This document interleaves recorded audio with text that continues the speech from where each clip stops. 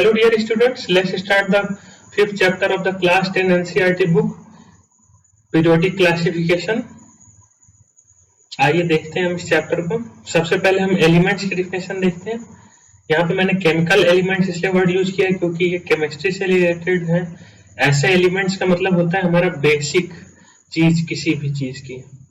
तो in chemistry an element is a pure substance which can not be broken down by chemical means.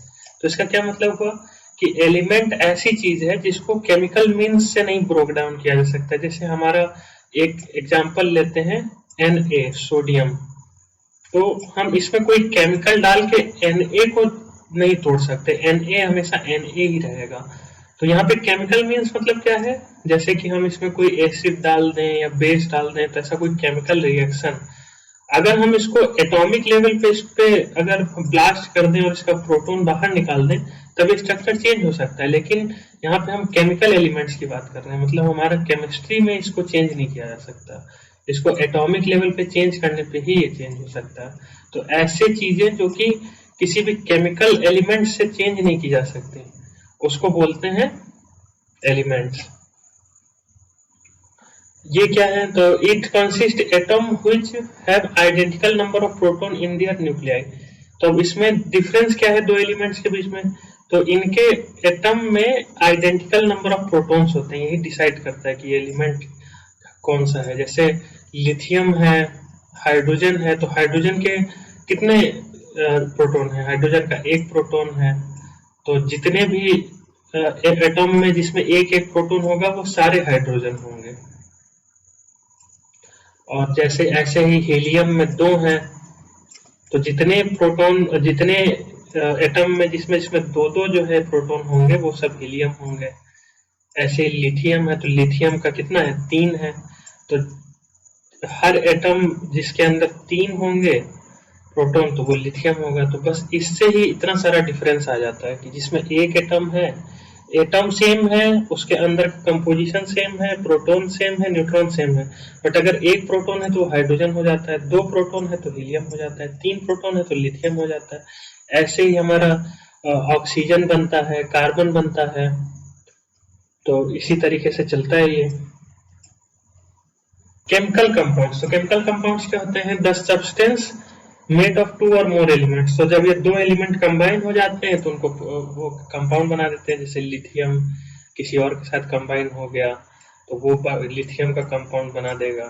जैसे hydrogen और oxygen combine हो गए तो ये वाटर बन गया। ऐसे ही कार्बन और हाइड्रोजन कंबाइन हो गए तो मीथेन गैस बन गई। तो इस तरीके से हमारे ये कंपाउंड बन जाते हैं 2 या 3 एलिमेंट से जुड़ करके। आगे देखते हैं, तो अब इनको सारे एलिमेंट्स जो है ये हमारे 118, तो इनको इतिहास में बहुत बार जो है इनको अच्छे से स्टडी करने के लिए इनको कई बार क्लासिफाई करने की कोशिश की गई है। तो हम वो सारे क्लासिफिकेशन देखेंगे एक के बाद एक। तो नंबर 1 है डेबोनियर्स ट्रेड। तो ये क्या है, तो ये ट्रेड्स हैं। ट्रेड मतलब क्या होता है, 3। तो ऐसे 3 एलिमेंट्स का ग्रुप है, जैसे यहाँ पे दिया हुआ है, ये एक ट्रेड है, ये एक ट्रेड है और ये एक ट्रेड है। तो इसमें क्या इन्होंने खोजा है, आइए देखते हैं। In 1817 arrange elements with similar properties into the groups of 3, they are called triads। तो इन्होंने क्या किया, सिमिलर प्रॉपर्टी का एक ग्रुप बना लिया 3 का, जैसे लिथियम, सोडियम और पोटेशियम का एक ग्रुप बना लिया, ऐसे ये ग्रुप बना लिया, ऐसे ये ग्रुप बना लिया, क्लोरीन, ब्रोमीन, आयोडीन का ग्रुप बना लिया। तो 3 elements are written in the order of increasing atomic mass. तो ये इंक्रीजिंग एटॉमिक मास के ऑर्डर में लिखे जा रहे हैं, मतलब लिथियम से सोडियम का मास ज्यादा है, सोडियम से पोटेशियम का मास ज्यादा है। The atomic mass of the middle element was रफली the average of the atomic mass of the other 2 element. तो ये जो मिडिल एलिमेंट का मास है तो ये इन दोनों का एवरेज है। देखते हैं कैसे।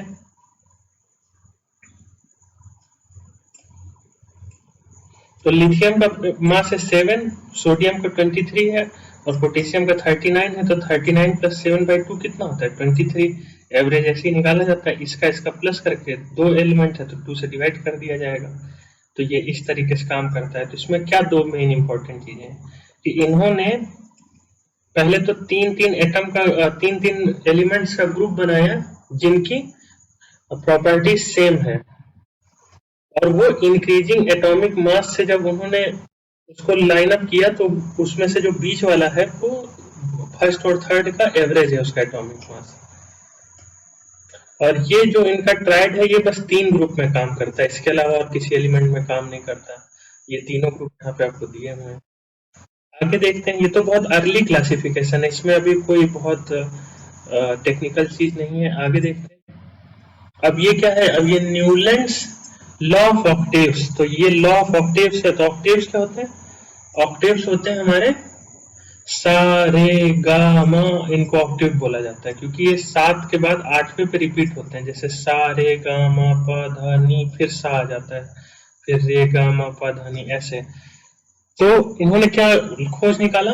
तो in 1866 John Newland found out if the chemical elements are arranged according to the increasing atomic weight, those with similar physical and chemical properties occur after each interval of 7 elements। तो इन्होंने क्या किया? तो इन्होंने लाइन से इसको रख दिया, हाइड्रोजन, लिथियम। तो ये एटॉमिक वेट के हिसाब से रख रहे हैं। एटॉमिक वेट क्या होता है हमारा? तो वो होता है हमारा उसका न्यूक्लियस का वेट एटम का। तो वो कैसे निकाला जाएगा? तो प्रोटॉन और न्यूट्रॉन का वेट निकाल लिया जाएगा टोटल में, तो उसको एटॉमिक वेट बोला जाएगा। तो इन्होंने ऐसे लाइन से रखा, फिर 7वें के बाद फिर से यहाँ पे ले आए इसको, फिर ऐसे सातों रखते गए। तो मतलब इसमें एटॉमिक वेट ऐसे बढ़ता जा रहा है, एटॉमिक वेट के हिसाब से रखा है। मतलब जैसे हाइड्रोजन का एटॉमिक वेट से लिथियम का ज्यादा होगा, लिथियम से इसका ज्यादा होगा, तो ऐसे ऐसे बढ़ता जा रहा है। तो अब आप बोलेंगे कि यहाँ पे तो हाइड्रोजन के बाद हीलियम आना चाहिए था, लेकिन उस समय हीलियम की खोज ही नहीं हुई थी क्योंकि इनर्ट गैसेस की खोज बहुत बाद में हुई है। क्योंकि इनर्ट गैसेस किसी चीज से रिएक्ट नहीं करती हैं, हीलियम एक इनर्ट गैस है, तो रिएक्ट नहीं करती हैं, तो उनको उस समय खोजा भी नहीं गया था। तो उस समय जो खोजा गया था उसको जब उन्होंने लाइन से रखा तो हर 7 के बाद 8वां एलिमेंट उससे ऊपर वाले से मैच करता मिला। ऐसे ही फिर आगे रखा, तो मतलब ये इससे मैच कर रहा है, ये इससे मैच कर रहा है। बट इसकी शॉर्ट्स कमिंग क्या है, आगे देखते हैं। It starts with hydrogen and ended with thorium. तो उस समय के हिसाब से उन्होंने हाइड्रोजन से में स्टार्ट किया और थोरियम पे एंड किया। It works up to calcium, after that law of octave do not work. तो ये बस कैल्शियम तक वर्क करता है। तो हमारा कैल्शियम का है तो यहाँ तक वर्क करता है। तो मतलब ये कैल्शियम इसको मानता है और ये इसका इससे मैच करता है, पोटेशियम इससे मैच करता है, लिथियम से मैच करता है, ऐसे ये भी मैच करता है। लेकिन इससे आगे नहीं मैच करता है, कैल्शियम से आगे ये धीरे धीरे धीरे धीरे ये कम, इनका रूल फॉलो होना बंद हो जाता है। तो इसका क्या मतलब निकला कि सिलिकॉन तो यहाँ कार्बन से मैच करेगा, लेकिन ये जो Ti है ये सिलिकॉन से मैच नहीं करेगा।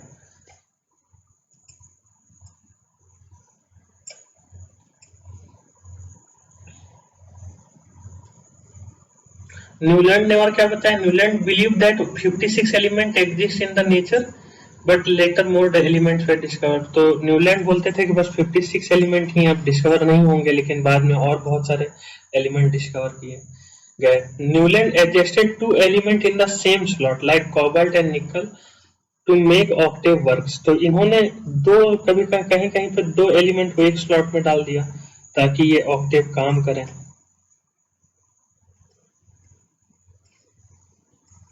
With the discovery of noble gas, law of octave become even more relevant। तो noble gas जब डिस्कवरी हुई, मतलब जैसे हीलियम को डिस्कवर किया गया, तो हीलियम यहाँ पे कहाँ रखा जाए, जो मैंने पहले बताया था, तो उसके साथ ये और वो हो गया। अब तीसरे नंबर पे किन्होंने क्लासिफिकेशन किया? तो ये है मेंडलीफ पीरियोडिक टेबल। तो इन्होंने क्या किया, इनका ये जो पीरियोडिक टेबल है ये काफी अपने समय के हिसाब से काफी एडवांस था, काफी अच्छा इन्होंने काम किया इस पे। तो इन्होंने एक पीरियोडिक लॉ बनाया। तो पीरियोडिक लॉ क्या था इनका? The properties of the elements are the periodic function of the atomic masses. तो ये एटॉमिक मासेस का पीरियोडिक फंक्शन होती है क्या? Properties of the element. तो पीरियोडिक फंक्शन क्या होता है? पीरियोडिक फंक्शन होता है कि a function returning to the same value after regular interval of time. तो मतलब जैसे कि पीरियोडिक फंक्शन हो गया, जैसे 1 गया, 2 गया, 3 गया और ये फिर 4 यहाँ पे आ गया, फिर 1 की तरह मैच करने लगा, जैसे ऑक्टेव का लॉ था। तो थोड़ा थोड़ा वही लॉ है, बट इन्होंने इसमें क्लियर कट कर दिया है। जैसे न्यूलैंड ने तो कुछ क्लियर नहीं बताया कि किस बेस पे वो कर रहे हैं, बट इसमें इन्होंने कर दिया है क्लियर कि ये properties of the elements are the periodic function of atomic masses. तो ये एटॉमिक मासेस पे डिपेंड करती है। एटॉमिक मास मतलब उसका एटम का मास, प्रोटॉन और न्यूट्रॉन का मास। तो प्रोटॉन और न्यूट्रॉन का ही मास क्यों लेते हैं? क्योंकि इलेक्ट्रॉन का मास बहुत कम होता है, वो नेग्लिजिबल होता है बिल्कुल। तो इसलिए प्रोटॉन और न्यूट्रॉन का मास मिला के बन जाता है एटॉमिक मास। तो आपको ये समझ में आ गया होगा कि ये पीरियोडिक फंक्शन है। जैसे कि इनका ये ग्रुप देखिए, और ये ग्रुप है और ये पीरियड है। तो जैसे ये 1 2 3 4 5 6 ऐसे गए और फिर वापस यहाँ पे आ गए, तो इसको बोलते हैं पीरियोडिक फंक्शन की। एक निश्चित दूरी के बाद ये रिपीट होने लगता है। Mendeleev periodic table contains vertical columns called groups and horizontal rows called period. तो ये इनके जो वर्टिकल वाले हैं ये ग्रुप हैं, और ये हॉरिजॉन्टल वाले ये पीरियड्स हैं। आगे देखते हैं क्या है मेंडलीव पीरियोडिक टेबल में। Achievements of the Mendeleev periodic table. तो अचीवमेंट्स क्या क्या है, इन्होंने क्या क्या अचीव किया इस टेबल से। Mendeleev left some gaps in the periodic table predicting the discovery of element which will fit the gap। तो इन्होंने कुछ गैप छोड़ दिए अपने पीरियोडिक टेबल में, जो कि बाद में वो एलिमेंट डिस्कवर किए गए। तो ये काफी इनका अच्छा एक अचीवमेंट है। इन्होंने पहले ही प्रिडिक्ट कर दिया कि आगे एलिमेंट डिस्कवर होंगे। He not only predicted the discovery, he also predicted the nature of the future elements। तो इन्होंने डिस्कवरी ही नहीं प्रिडिक्ट किया, अपने टेबल में उसको कहाँ जाएगा एलिमेंट, उसके हिसाब से उन्होंने नेचर भी प्रिडिक्ट कर दिया। क्योंकि इनको तो पता था कि पीरियोडिक फंक्शन है, तो मान के चलिए अगर उनके टेबल में फर्स्ट ग्रुप में जा रहा है जो उन्होंने प्रिडिक्ट किया है, तो उन्होंने उसका नेचर भी प्रिडिक्ट कर दिया उस हिसाब से। तो इन्होंने उसका नाम भी रखा। नाम कैसे रखा देखते हैं। तो इन्होंने नाम ऐसे रखा जैसे कि एका बोरन। तो एका क्या है, तो एका ये संस्कृत वर्ड एक से बना हुआ है। तो जैसे जो बोरन के ग्रुप में इन्होंने बोला कि यहाँ पे एक एलिमेंट आएगा, तो वो उसका नाम एका बोरन रखा। जो एल्युमिनियम के पास आएगा उसका एका एल्युमिनियम, ऐसे एका सिलिकॉन। और बाद में ये डिस्कवर भी हुआ, जैसे स्कैंडियम, गैलियम और जर्मेनियम। और ये एक्चुअली में मैच करते थे इनसे, सिलिकॉन से जर्मेनियम मैच किया, जिसको उन्होंने एका सिलिकॉन कहा था। तो इन्होंने ये काफी बड़ा अचीवमेंट अचीव किया अपने इस टेबल से प्रिडिक्शन का। और क्या किया, inert gas can easily be fitted in the Mendeleev periodic table by making a new group. तो इनके ग्रुप में और ओलैंड का जैसा नहीं है कि न्यूलैंड के जैसा कि उसमें नहीं फिट किया जा सकता इनर्ट गैसेस को। इनके में क्या होगा कि नया ग्रुप बना सकते हैं हम लोग। जैसे यहाँ पे हम लोग अगर चाहें अगर इनर्ट गैसेस को फिट करना, तो एक और नया ग्रुप बना देंगे आगे और वहीं पे वो फिट हो जाएंगी। तो इस तरीके से इनका ये काफी बड़ा अचीवमेंट था कि इनके आगे क्या, he place some element before then it should be according to the atomic mass to match with the property of the group. तो इन्होंने क्या किया, तो इन्होंने कुछ एलिमेंट्स को पहले रख दिया, जब जहां पे वो होने चाहिए उससे पहले, प्रॉपर्टी मैच कराने के लिए। तो ये इसको अचीवमेंट में क्यों डाला, क्योंकि बाद में जब हम एटॉमिक नंबर से जब हमने उसको मॉडर्न पीरियोडिक टेबल में जब रखा, तो वो एक्चुअली में वो पहले आए, जैसे कोबाल्ट निकल से पहले आया, तो इसलिए इसको अचीवमेंट माना जाता है। जब एटॉमिक नंबर से देखेंगे तो उन्होंने सही किया था वो चीज। आगे देखते हैं लिमिटेशन। तो लिमिटेशन क्या है, no fix place for hydrogen as it is shown both alkali and halogen properties. तो हाइड्रोजन को तो इन्होंने रख तो दिया इस ग्रुप में, फर्स्ट ग्रुप में, लेकिन ये फर्स्ट ग्रुप के साथ साथ ये इनका जो ग्रुप 7 है इसकी प्रॉपर्टी भी दिखाता है। ये ग्रुप 6 और 7, ये ग्रुप 7 है, तो इसकी प्रॉपर्टी भी दिखाता है। और इसकी तो इनका ये प्लेस जो है हाइड्रोजन का इतना फिक्स नहीं है। ऐसा ये क्यों दिखाता है, हम आगे देखेंगे हाइड्रोजन। अब आगे देखते हैं और क्या इनके में प्रॉब्लम थी। Isotopes discovered later are the problem as the atomic mass is the deciding factor for the placement in the Mendeleev periodic table. तो atomic mass number of neutron के हिसाब से घटता बढ़ता रहता है। तो मतलब जैसे बहुत सारे होते हैं जिसमें सेम एटॉमिक नंबर होता है बट डिफरेंट एटॉमिक मास होता है। तो अब इनका तो एटॉमिक मास पे डिपेंडेंट था, तो इनको ये प्रॉब्लम हुई बाद में रखने में। जैसे फॉर एग्जांपल किसी एक एलिमेंट का एटॉमिक मास 70 है जब इन्होंने खोजा था, बट बाद में उसका कोई ऐसा वर्जन मिला, ऐसा आइसोटोप मिला जो कि जिसका 71 रहा होगा, तो वो फिर कहाँ रखा जाएगा। तो इनका एज ए ये इन्होंने एटॉमिक मास पे अगर ये अपना पूरा पीरियोडिक फंक्शन डिपेंडेंट किया है, तो इसकी वजह से आइसोटोप्स की जगह इस टेबल पे कहीं नहीं है।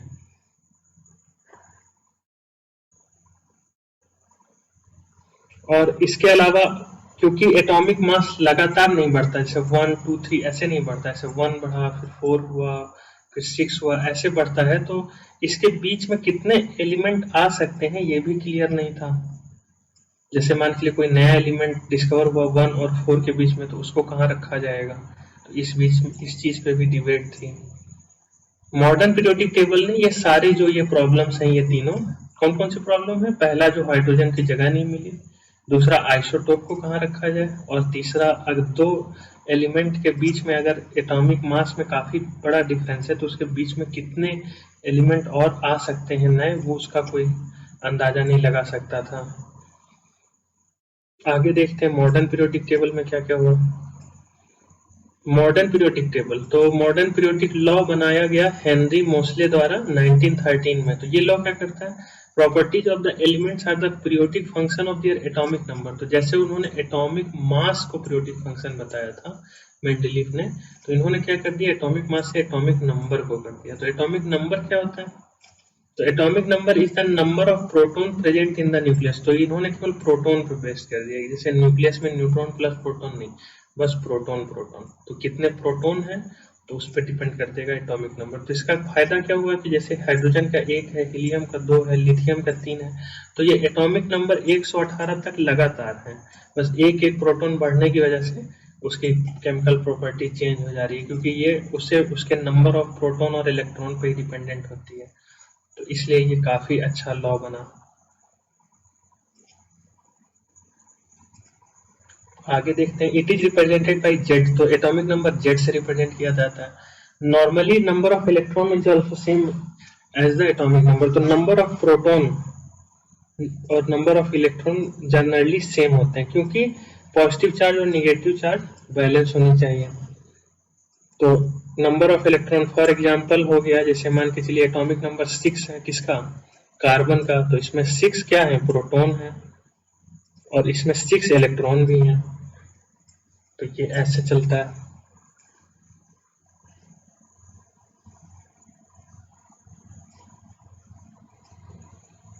Maximum number of the time number of neutron is also same और 1 to higher than the number of proton. तो क्या होता है कि नंबर ऑफ न्यूट्रॉन भी ज्यादातर प्रोटॉन के बराबर होता है। जैसे प्रोटॉन हो गया और इलेक्ट्रॉन तो बराबर होगा ही होगा जनरली, और उसके बाद नंबर ऑफ प्रोटॉन क्या होगा, भी जनरली नंबर ऑफ इलेक्ट्रॉन के बराबर होता है। तो इसीलिए जो हमारा एटॉमिक मास होता है वो ऑलमोस्ट डबल होता है एटॉमिक नंबर का। जैसे 6 है तो वो 12 के आसपास होगा, बट कभी कभी एक तो ज्यादा कम हो जाते हैं, तो उसकी वजह से आइसोटोप बनते हैं न्यूट्रॉन। मास नंबर क्या होता है, तो मास नंबर होता है number of proton plus number of neutron, और एटॉमिक मास क्या होता है, तो वो सम ऑफ मासेस होता है प्रोटॉन न्यूट्रॉन का। तो मास नंबर भी तो हमेशा ये होल नंबर होगा। जैसे अगर हाइड्रोजन का 1 है एटॉमिक नंबर, तो मास नंबर 2 होगा, क्योंकि इसमें एक प्रोटॉन हो गया, एक इलेक्ट्रॉन हो गया और एक न्यूट्रॉन हो गया, तो प्रोटॉन प्लस न्यूट्रॉन का नंबर 2 हो जाएगा। तो ये होता है मास नंबर। ये थोड़ा सा अलग होता है बस उससे, एटॉमिक नंबर से।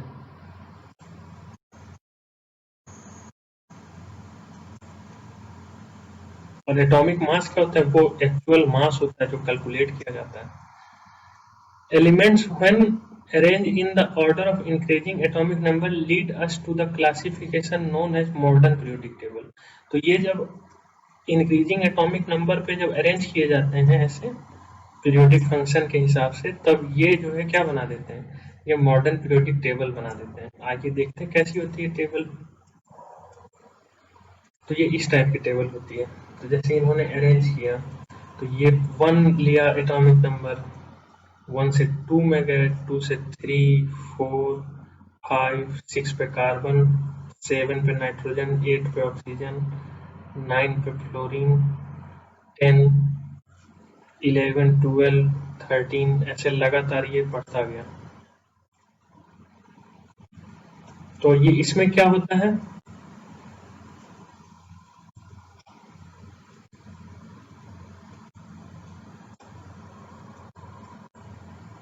तो देखिए जैसे ये हाइड्रोजन है और ये हीलियम है, तो ये 1 से 2 हो गया था। ये हमारी क्या है, ये हमारी इनर्ट गैसेस हैं, ये रिएक्ट नहीं करती। क्यों नहीं रिएक्ट करती, पिछले चैप्टर में हमने पढ़ा था कि जिसका लास्ट बैलेंस सेल फुल होगा वो रिएक्ट नहीं करता। तो हीलियम का कितना है, 2 है, तो बैलेंस सेल कौन सा है, के है, तो के को 2 चाहिए, तो ये फुल है। नियॉन का देखते हैं, नियॉन का कितना है, 10 है, तो इसमें 2 हो गया, 8 हो गया, तो इसका सेकंड वाले में कितना चाहिए, 8 चाहिए, तो ये भी फुल है। तो इसलिए ये हो गई हमारी इनर्ट गैसेस। अब ये क्या हो गई, ये हो गए हमारे नॉन मेटल्स, ये इतने नॉन मेटल्स हमारे काफी कम है। तो नॉन मेटल्स क्या होते हैं, नॉन मेटल्स काफी इलेक्ट्रोनेगेटिव होते हैं, जो कि हम आगे देखेंगे। तो ये क्या होते हैं कि ये अपना देना चाहते हैं, मतलब ये लेना चाहते हैं इलेक्ट्रॉन। और ये मेटल क्या होता है, मेटल इलेक्ट्रॉन देना चाहते हैं। तो हमने पहले चैप्टर में पढ़ा है कि Na और Cl का रिएक्शन होता है। तो Na यहाँ है, इसके पास एक इलेक्ट्रॉन ज्यादा है और इसके पास एक इलेक्ट्रॉन कम है। तो ये हमारे हो गए क्या, नॉन मेटल्स हो गए। और ये बाकी ये जो है, ये जिगजैग लाइन वाले, ये मेटलॉइड्स हो गए। तो ये मेटल के भी प्रॉपर्टी शो करते हैं, नॉन मेटल की भी प्रॉपर्टी शो करते हैं। और बाकी जितने इधर के हैं, ये सब क्या हो गए, ये सब मेटल हो गए। और ये आप देख रहे होंगे लेंथेनियम और एसिटियम, तो ये हमारी यहाँ पे पड़ती है पूरी सीरीज। ये यहाँ पे है, ये यहाँ पे है। तो एक्चुअली में ये बीच में यहाँ आनी चाहिए, ये जो यहाँ बना दी गई है, बट वो उसको सही से रखने के लिए नीचे लिख दिया गया है। Atomic size refer to the radius of an atom. तो ये रेडियस ऑफ एटम होती है। जैसे यहाँ पे हमारा सेंटर हो गया एटम का, और ऐसे ये सेल हो गए, 2 सेल हैं, तो ये जो आखिरी यहाँ पे सेल होगा, तो इसको बोलते हैं हम लोग क्या, ये होता है हमारा एटॉमिक साइज, यहाँ से यहाँ तक। तो atomic size may be visualized as the distance between the center of the nucleus and the outermost cell of an isolated atom। तो ये एक आइसोलेटेड एटम का होता है। जैसे ये अभी मॉलिक्यूल में अगर जुड़ा होगा तो उसको नहीं माना जाएगा। जब अलग से एटम ले लिया हमने, जैसे यहाँ पे कोई ले लिया एटम XYZ, तो इसका जैसे 4 सेल हैं इसमें, तो इसमें चौथी सेल तक माना जाएगा इसका आइसोलेटेड एटम का। आइसोलेटेड मतलब क्या हो रहा है, जैसे मान के चलिए Na और Cl जब मिल जाते हैं, तब उसको एटॉमिक साइज नहीं बोला जाएगा। जब Na अलग है, Cl अलग है, तब उसका एटॉमिक साइज कैलकुलेट किया जाएगा। Position of elements in the modern periodic table. Position देखते हैं कैसे कैसे है। तो ग्रुप्स क्या है, तो ये 18 वर्टिकल कॉलम्स हैं। ग्रुप्स हम दिखा देते हैं यहाँ पे, ये सब ग्रुप्स हैं हमारे। जैसे ये हो गया ग्रुप, ये हो गया ग्रुप, तो ये ग्रुप्स हैं।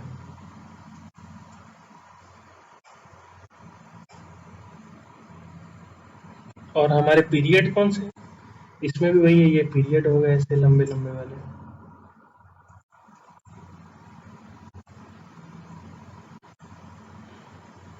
Elements with the same number of valence electron remain in the same group. Same number of valence electron है तो सेम ग्रुप में रहेंगे। जैसे आइए देखते हैं,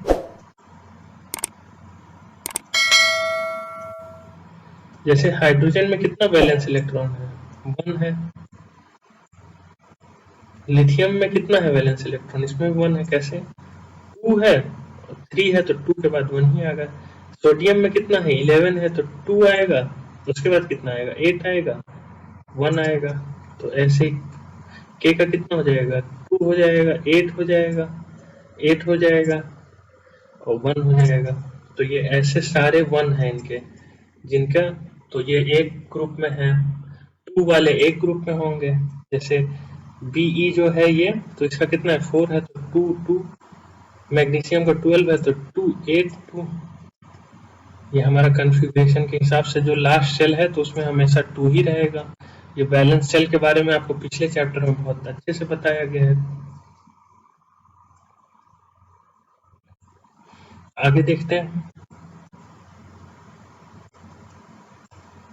और क्या है। हाइड्रोजन, तो हाइड्रोजन क्या करता है, हाइड्रोजन इज एनोमली, हाइड्रोजन हमेशा एनोमली रहता है। क्यों? क्योंकि it is placed in the group 1 और ग्रुप 17। इसको ग्रुप 1 में भी रखा जा सकता है, ग्रुप 17 में भी रखा जा सकता है। सेम मेंडलीफ वाली प्रॉब्लम की वो शो करता है, किसका, मेटल वाला भी शो करता है और वो जो है वो 17 ग्रुप का भी शो करता है। ऐसा क्यों होता है हम देखेंगे अभी। तो it is because it can give one electron to other like a group 1 element like sodium and attain noble gas configuration। तो ये ग्रुप 1 के एलिमेंट की तरह एक इलेक्ट्रॉन दे सकता है। जैसे हाइड्रोजन का क्या है इलेक्ट्रॉनिक कॉन्फ़िगरेशन, एक एक है बस इसमें, तो ये एक दे भी सकता है। और दूसरा ये क्या कर सकता है, ये ग्रुप 17 ग्रुप, जैसे Na है, इधर एक Na का ले लेते हैं एग्जांपल, तो इसके में एक है बैलेंस सेल में, तो ये एक दे सकता है। और एक तरफ हम क्लोरीन का एग्जांपल ले लेते हैं Cl, तो इसके में 7 है ना, तो ये क्या कर सकता है, ये एक ले लेगा, ये आपने चैप्टर 2 में पढ़ा होगा अच्छे से, तो ये भी पूरा हो जाएगा। तो ये एक देने की फिराक में रहता है, ये एक लेने की फिराक में रहता है। तो हाइड्रोजन क्या कर सकता है अपना नोबल गैस बनाने के लिए, तो ये या तो एक ले ले तभी इसका पूरा हो जाएगा, या एक दे दे, क्योंकि के में तो 2 ही चाहिए ना, तो इसमें तो 8 चाहिए, तो इसमें तो 1 है तो ये दे देता है, 7 है तो 1 प्लस हो जाता है। तो ये इसका भी काम कर सकता है, ये इसका भी काम कर सकता है। मतलब ये एक ले करके लाइक क्लोरीन एंड क्लोरीन अपना स्टेबल हो सकता है और एक दे करके भी स्टेबल हो सकता है। तो ये एक देने वालों की भी प्रॉपर्टी शो करता है और एक लेने वालों की भी प्रॉपर्टी शो करता है। तो इसको 1 और 17 की दोनों ग्रुप में रखा जा सकता है। पीरियोडिक टेबल में भी देख लेते हैं। जैसे हाइड्रोजन क्या है, यहाँ पे हाइड्रोजन में 1 है तो इसको इस ग्रुप में रख दिया गया है, बट इसको इस ग्रुप में भी रखा जा सकता है क्योंकि इसके सारे क्या थे कॉन्फ़िगरेशन, 2 1 2 8 1, और इसके कॉन्फ़िगरेशन क्या है, इसके कॉन्फ़िगरेशन है 2 और 7 2 8 7। तो इसको इसको क्या चाहिए, इसको ये 1 दे दे तो इसका भी पूरा हो गया 2, इस ये 1 दे दे इसका भी पूरा हो गया 2 8, और ये क्या करेगा, ये 1 ले ले तो ये भी यहाँ पे 8 बन गया, और ये 1 ले ले तो ये भी यहाँ पे 8 बन गया। तो ये क्या कर रहा है, हाइड्रोजन भी वही कर सकता है। हाइड्रोजन एक दे दे तो कुछ नहीं बचा उसके पास, वो भी एक नोबल गैस कॉन्फ़िगरेशन हो गया, और एक ले ले तो 2 हो गए तो 2, तो ये दोनों में जा सकता है। इसीलिए इस दोनों की प्रॉपर्टी भी शो करता है। तो ये एक बहुत बड़ा इस चीज का भी प्रूफ है कि जैसे जैसे हमारी वैलेंसी काम करती है वैसे वैसे हमारी प्रॉपर्टी भी काम करती है।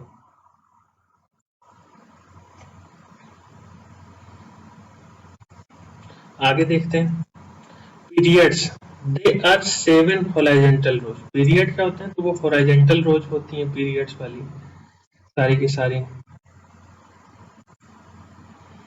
Elements in the same period have same number of shells, तो सेम पीरियड की सेम नंबर ऑफ सेल्स होती हैं। जैसे पीरियड 1 जैसे है तो इसमें ऐसे है तो इनमें सेम नंबर ऑफ सेल्स होंगी। आइए देखते हैं टेबल पे, जैसे हमारा ये पीरियड ले लिया जाए, फॉर एग्जांपल ये वाला पीरियड ले लिया जाए यहाँ पे,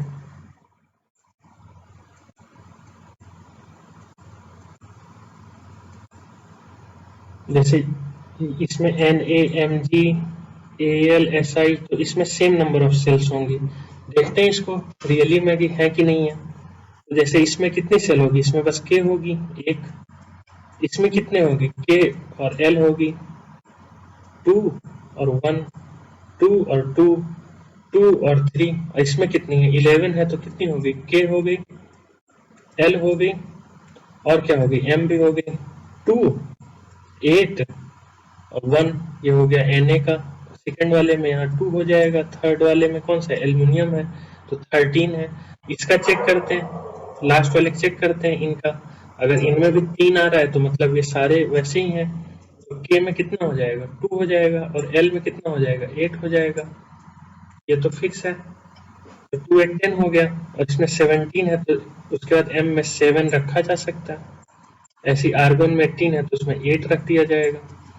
तो ये मतलब सेम नंबर ऑफ सेल्स हैं एक पीरियड में, एक एक सेल का नंबर बढ़ रहा है। तो इसका क्या मतलब निकला कि इस वाले में कितने सेल्स होंगे, इसमें 4 सेल्स होंगे। एक का टेस्ट कर लेते हैं, जैसे टाइटेनियम तो इसके 4 होने चाहिए, तो के में कितने हो गए 2 हो गए, एल में कितने हो गए 8 हो गए तो 10 हो गए, एम में कितने हो गए फिर 8 हो गए, क्योंकि इसमें 18 रख दिया जाएगा तो पार हो जाएगा। 22 था तो 8 9 10 8 18 हो चुका है, तो एल में क्या 8 से ज्यादा हो रहे हैं तो नहीं हो रहे हैं, तो 8 8 16 17 18 इसमें 4 आ जाएंगे। तो ये ऐसे हो गया। तो ग्रुप में ठीक उल्टा होता है इसके। क्या उल्टा होता है ग्रुप में? ग्रुप में लास्ट वाला मैटर करता है, जैसे इसमें लास्ट में सब में 1 था, इसमें लास्ट में सब में 2 था, इसमें लास्ट में सब में 3 था, valence number of valence electron. और पीरियड में क्या होता है, पीरियड में एक एक सेल नंबर सेम रहता है, जैसे ये सब, जैसे एल इनकी लास्ट सेल होगी, इनकी एम होगी लास्ट सेल, इनकी एल होगी, इनकी के है दोनों की।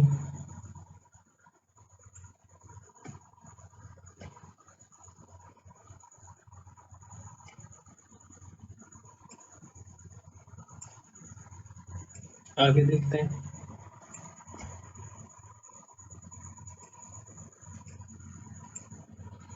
Atomic number increases by 1 as we move from left to right. So the atomic mass also increases from left to right. तो atomic number बढ़ता है तो atomic mass भी बढ़ता है उसी हिसाब से।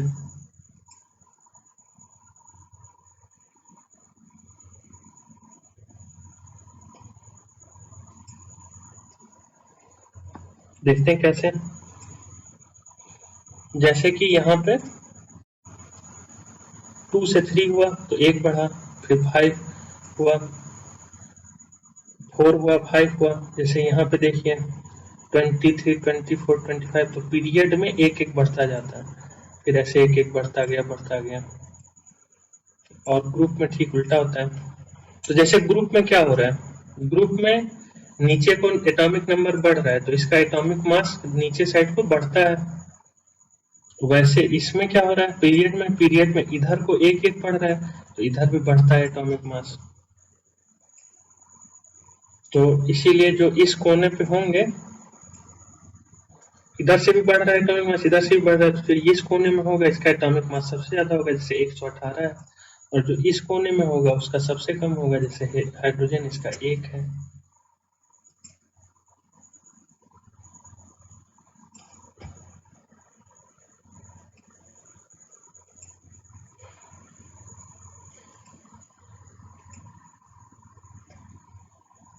Atomic size will decrease from left to right. Increase in nuclear charge which tends to pull the electron closer to the nucleus and reduces the size of atom. तो ये क्या है, तो atomic size left to right में decrease होता है। ऐसा क्यों होता है, जबकि उसमें तो नंबर ऑफ इलेक्ट्रॉन बढ़ता है तो उनको इंक्रीज होना चाहिए, तो ये डिक्रीज क्यों होता है। तो देखते हैं, जैसे Na है Mg है, तो Na हमारा बड़ा होगा, Mg हल्का सा छोटा होगा, क्योंकि इसमें क्या हो गया, इसमें एक प्रोटॉन ज्यादा हो गया Mg में 12 प्रोटॉन है और इसमें 11 प्रोटॉन है, तो इसलिए ये थोड़ा सा छोटा हो जाएगा, क्योंकि 12 प्रोटॉन है तो वो ज्यादा खींच सकता है, उसकी ज्यादा चार्ज है। बट इसका ये मतलब नहीं है कि ये Mg Ca से जो है छोटा होगा, क्योंकि इसमें तो पूरा एक सेल ही बढ़ गया ना। जैसे जब हम इससे इसमें गए तो क्या हुआ, हमारा K सेल था, L सेल था, तो ये नीचे को जैसे जैसे बढ़ रहे हैं तो हमारा एटॉमिक साइज क्या हो रहा है, बढ़ रहा है, क्योंकि सेल का नंबर बढ़ रहा है, एक एक पूरी सेल ऐड हो रही है। लेकिन जब हम लोग इससे इस साइड तरफ बढ़ रहे हैं, भले ही एटॉमिक नंबर बढ़ रहा है लेकिन सेल का साइज छोटा हो रहा है, मतलब ये बड़े हैं और ये छोटे हो जाएंगे। क्यों? क्योंकि सेम सेल में अगर एटॉमिक नंबर बढ़ता है तो उसका साइज छोटा होता है, क्योंकि वो अंदर ज्यादा खींचता है। इसको और क्लियरली समझते हैं।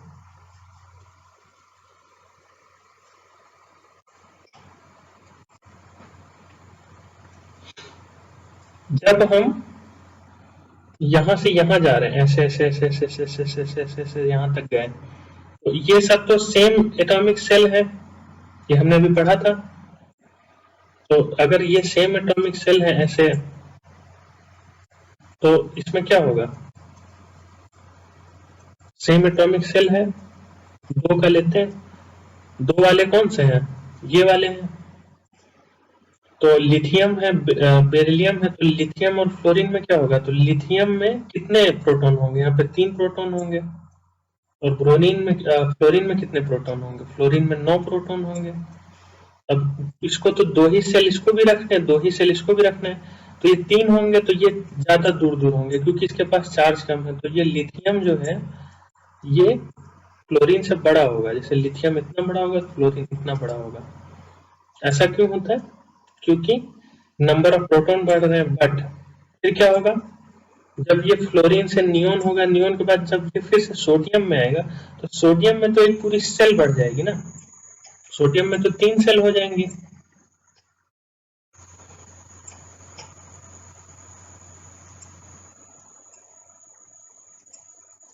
सोडियम में तो 3 सेल हो जाएंगे ऐसे, और लिथियम में 2 ही सेल थी, और फ्लोरीन में भी 2 ही थी। तो भले ही फ्लोरीन से इसका एटॉम इसमें बढ़ा है सोडियम में, लेकिन इसका साइज सोडियम का तब भी बड़ा होगा। हम यहाँ तक क्या देख रहे थे कि जैसे जैसे एटॉमिक नंबर बढ़ रहा था साइज छोटा हो रहा था, बट सोडियम का बढ़ेगा क्योंकि उसका एक पूरा सेल ऐड हो जाएगा।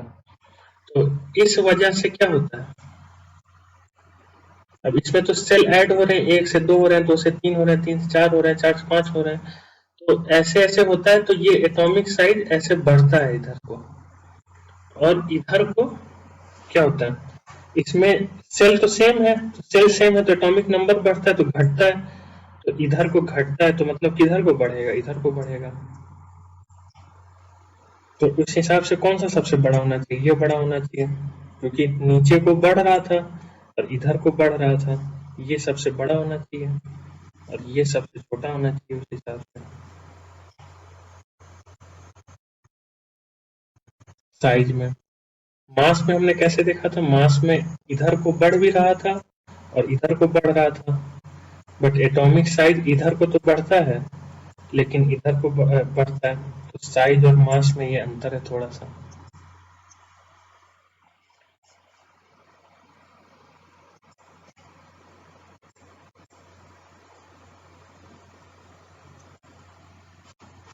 आगे देखते हैं, maximum amount of the electron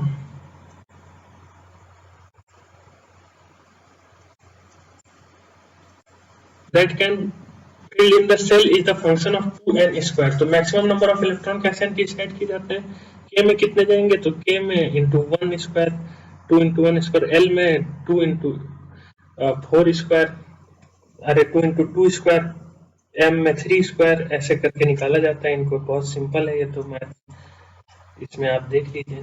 जैसे k में कितने होते हैं, 2 होते हैं, l में कितने होते हैं, 8 होते हैं, तो यहाँ पे ये 1 स्क्वायर इंटू 2 था, ये 2 स्क्वायर इंटू 2 था। ये मैक्सिमम की बात चल रही है, इसमें 18 के अलावा 8 भी हो सकते हैं अगर ये लास्ट सेल है तो, या 8 से कम भी हो सकते हैं लास्ट सेल में अगर है तो। और अगर कभी कभी क्या होता है कि अगर ये इवन तो लास्ट नहीं है, फॉर एग्जाम्पल हमने किस में देखा था, इसका 22 था नंबर, तो पहले में 2 हो गया, दूसरे में 8 हो गया, तो इसमें 18 डाल देंगे तो ये तो 22 से ऊपर निकल जाएगा ना। तो जब ऐसा केस आता है तो यहाँ पे कितना जाता है, यहाँ पे फिर 8 चला जाता है। इस चीज का ध्यान रखिएगा। जैसे 22 हमको करना होगा तो हम ऐसा नहीं कर सकते 22 पे अगर हम करें तो कैसा कर सकते हैं? जैसे हम ऐसा कर सकते थे, 2 कर देते, 8 कर देते, अब कितना बच गया? 10 हो गया। 22 में 10 माइनस हो गया, 12 हो गया, तो हम इसमें 12 डाल देते। बट ये बैलेंस सेल में 12 कभी नहीं हो सकता, ये लास्ट सेल हो जाती है ना 12, तो इसमें नहीं हो सकता ये। तो ये कैसे होता है फिर 22 वाला? इवन तो ये 18 होल्ड कर सकता है, लेकिन अगर ये लास्ट सेल है तब 18 नहीं होल्ड कर सकता, तो ये फिर 8 लेगा, तो 8 9 10 18 हो जाएगा, और ये फिर 4 हो जाएगा। इस तरीके से होता है। तो ये मैक्सिमम नंबर। मैक्सिमम ये कब है? ये जब मान के चलिए होता 40, तो 40 होता तब ये काम करता 18। कैसे क्यों काम करता है? क्योंकि उसमें लास्ट सेल नहीं होती है। जैसे 2 हो गया, 8 हो गया, 10 हो गया, फिर 18 डाल देते हैं हम लोग। ऐसा क्यों डाल रहे हैं? क्योंकि ये लास्ट सेल नहीं है। 40 से भी आगे लेते हैं, हो सकता है 40 में भी ऐसा ना हो। जैसे 100 ले लिए, तो 100 में ये बहुत आराम से 18 जाएगा। तो क्योंकि 100 में तो कुछ है ही नहीं आगे, 2 होगा, फिर 8 होगा, फिर 18 होगा, फिर 32 होगा, फिर ऐसे हो जाएगा, 18 होगा। इस तरीके से चलता है।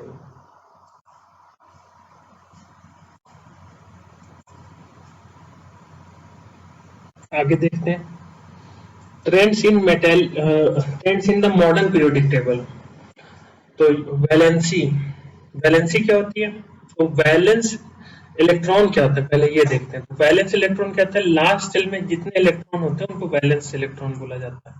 जैसे सोडियम में 1 होता है और क्लोरीन में 7 होते हैं, तो वो हो गए हमारे क्या? Valence electron. लेकिन इसका ये मतलब नहीं है कि अगर वैलेंस इलेक्ट्रॉन जो है 7 है तो आपकी वैलेंसी 7 होगी। ये डिपेंड करता है कि आप कितने ले रहे हैं या कितने दे रहे हैं। तो जैसे सोडियम कितने लेता है? सोडियम 1 देता है, और क्लोरीन क्या है? 1 लेता है। तो भले ही क्लोरीन के वैलेंस इलेक्ट्रॉन 7 है, लास्ट सेल में उसके 7 इलेक्ट्रॉन है, लेकिन उसकी वैलेंसी 1 होगी, क्योंकि वो सातों के साथ देता नहीं है, वो बस 1 ले करके अपना काम चला लेता है। तो हम जितने इलेक्ट्रॉन लेके या दे करके काम चलाते हैं, उसको क्या बोलते हैं? उसको वैलेंसी बोला जाता है।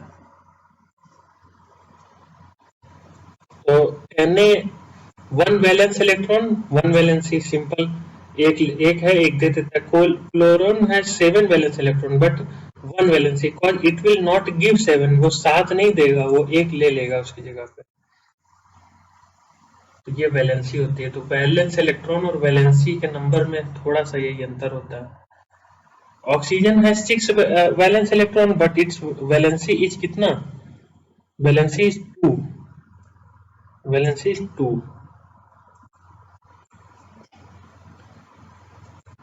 Metallic and non metallic property. तो हमारे पीरियोडिक टेबल में कैसे है? लेफ्ट साइड में सब मेटल्स हैं, फिर मेटलॉइड्स हैं, फिर नॉन मेटल्स, फिर इनर्ट गैस है। तो लेफ्ट से राइट की तरफ ये ऐसे जा रही है मेटेलिक और नॉन मेटेलिक प्रॉपर्टी। ये तो सिंपल हो गया बहुत। आगे देखते हैं क्या है। मेटलॉइड्स क्या होते हैं? तो मेटलॉइड्स हो गया zig zag line. Zig zag line है ना यहाँ पे? कौन सी है जिग जैग लाइन? ये हमारी, ये जो ये जिग जैग लाइन है, ये वाली, ये जो अलग से कलर दे दिया, ये सब हमारे मेटलॉइड्स हैं, क्योंकि मेटल और नॉन मेटल के बीच में डिफरेंस करते हैं और खुद ये दोनों की प्रॉपर्टी होल्ड करते हैं। तो क्या है? zigzag line separates metals and non-metal borderline element with this line. So both metallic and non-metallic property known as metalloids, e.g. boron, silicon, germanium, arsenic, antimony, beryllium, polonium. तो ये सब हमारे मेटलॉइड्स हो गए। आगे देखते हैं इलेक्ट्रोनेगेटिविटी। ये क्या होता है? तो ये होता है मेजर किस चीज का? Atom ability to attract a shared electron to itself. मतलब जैसे जो इलेक्ट्रॉन को अपनी तरफ खींचता है, उस प्रॉपर्टी को बोलता है। तो on the periodic table electronegativity generally increases as you move from left to right. Periodic table में जब लेफ्ट से राइट की तरफ जाएंगे तो इलेक्ट्रो क्या नेगेटिविटी इंक्रीज होगी across the period, and decreases down the group, और जैसे जैसे नीचे जाएंगे ये डिक्रीज होगी। तो इंक्रीज क्यों होती है? क्योंकि ये हमारे धीरे धीरे लास्ट वैलेंस सेल में इलेक्ट्रॉन बढ़ते चले जाते हैं, तो उनको देने के बजाय लेने में बहुत आसानी होती है। और नीचे डिक्रीज क्यों होती है? क्योंकि बड़ा एटॉमिक साइज हो जाता है, तो जितने ज्यादा प्रोटॉन होंगे उतना ज्यादा उसको कम नीड होगी अपना वो भरने का। इसको पिछले चैप्टर में भी मैंने समझाया था मेटल्स एंड नॉन मेटल्स वाले में। तो इसमें क्या होता है,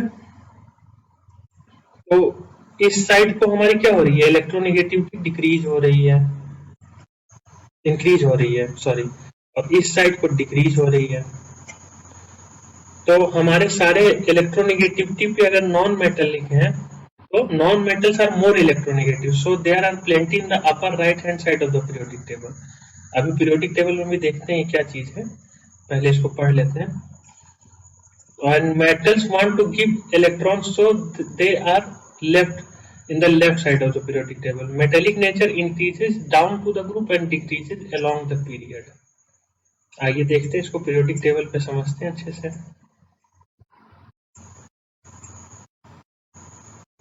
तो हमारा क्या बता रहे हैं कि ये जो इलेक्ट्रोनेगेटिविटी है वो ऐसे बढ़ रही है,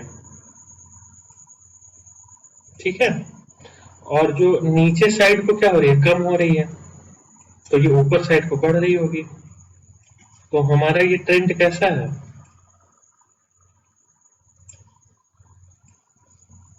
आइए देखते हैं। तो हमारा ट्रेंड ये कुछ इस टाइप का है कि ये जो हमारी इलेक्ट्रोनेगेटिविटी है ये ऐसे बढ़ रही है, क्योंकि इधर से इधर को बढ़ रही है, इधर को घट रही है, ये घट रही है, और इधर को बढ़ रही है, तो ये ऊपर को ही बढ़ेगी, तो ये दोनों मिला के ऊपर साइड को हो जाएंगे। तो ये हमारी इलेक्ट्रोनेगेटिविटी बढ़ रही है। अब ज्यादा इलेक्ट्रोनेगेटिव कौन होता है, ज्यादा इलेक्ट्रो नॉन मेटल होते हैं, तो हमारे सारे नॉन मेटल कहाँ जमा हो गए, ये यहाँ जमा हो गए। यही मैजिक है हमारे पीरियोडिक टेबल का, कितने अच्छे से इसको अरेंज किया गया है, सारी चीजें अपने आप प्लेस में आ जाती हैं। ये हमारी इनर्ट गैस है, इनसे किसी को लेना देना नहीं है, ये रिएक्ट ही नहीं करती हैं। अब हमारा मेटेलिक प्रॉपर्टी क्या है, मेटेलिक प्रॉपर्टी ठीक उल्टा है। तो हमारे मेटल्स कहाँ जमा हो गए, मेटल सारे हमारे यहाँ जमा हो गए। देखिए मेटल ज्यादा है इसलिए लेफ्ट साइड में दिख रहे हैं, क्योंकि अगर हमारी नॉन मेटेलिक प्रॉपर्टी ऐसे बढ़ रही है तो हमारी मेटेलिक प्रॉपर्टी कैसे बढ़ेगी, ठीक उल्टा बढ़ेगी इसके। तो मेटेलिक प्रॉपर्टी हमारी ऐसे बढ़ेगी, तो हमारे सारे ये नॉन मेटल्स हैं इधर के ज्यादा इस पोर्शन में है। तो ये हो गया हमारा कैसे बढ़ता है इलेक्ट्रोनेगेटिविटी और घटता है। तो अब हमारा अगर हम मेटेलिक नेचर की बात करें तो कैसे हो रहा है, तो मेटेलिक नेचर ऐसे बढ़ रहा है और ऐसे बढ़ रहा है मेटेलिक नेचर हमारा। तो नॉन मेटेलिक नेचर कैसे बढ़ेगा, नॉन मेटेलिक नेचर ऐसे बढ़ेगा और ऐसे बढ़ेगा।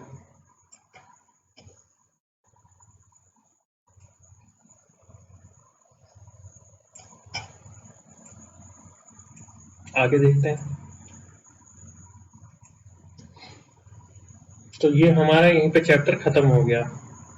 Metal nature increases down the group and decreases along the period.